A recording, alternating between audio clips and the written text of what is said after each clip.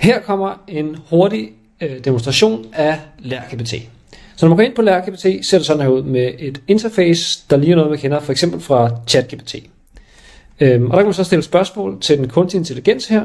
Så her kunne vi forestille os, at jeg gik i 8. klasse og gerne vil have hjælp med at få lavet en problemformulering.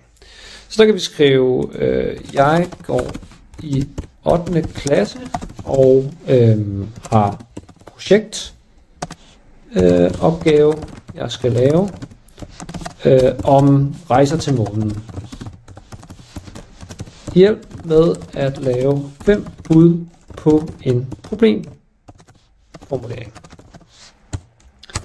Og så sender vi det afsted, og så går den kunstige intelligens i gang med at generere et svar på det. Og der kommer et par bud her.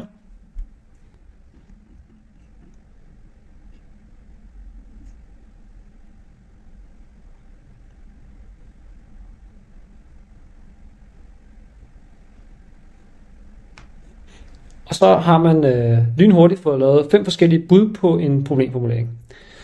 Og så kan vi sige, lad os sige, at jeg godt kan lide nummer 3 her, men jeg vil gerne have, at den skal formuleres lidt mere simpelt. Så skriver vi bare, jeg kan godt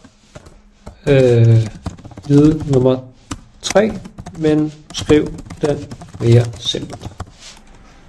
Og så sender vi det afsted, og så får vi med det samme genereret en ny variant af problemformulering forslag nummer 3, og har så et bud på den.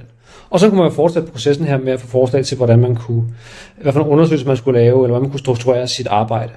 Så der er altså en rigtig nem måde hurtigt at få noget hjælp og sparring til, hvordan man kommer i gang med en opgave, inden man går i gang med selve opgaveløsningen, som jo så typisk er en god idé stadigvæk selv at lave, når man er elev. Og det her, det fungerer jo langt hen ad vejen på samme måde som for eksempel ChatGPT. Det er faktisk den samme sprogmodel som ChatGPT, som vi bruger. Men forskellen her er bare, at både spørgsmål og svar bliver håndteret på en server, der står inden for EU. Det gør den fuldstændig GDPR-compliant. Og så gemmer vi ikke noget information om hver elev.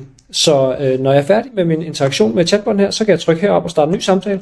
Og så er dataen ikke gemt nogen steder, den er væk. Og der er ikke noget personlig information om den elev, der lige har været inde her. Det er bare skolen, der kan logge ind. Så det var så en hurtig introduktion til LærGPT.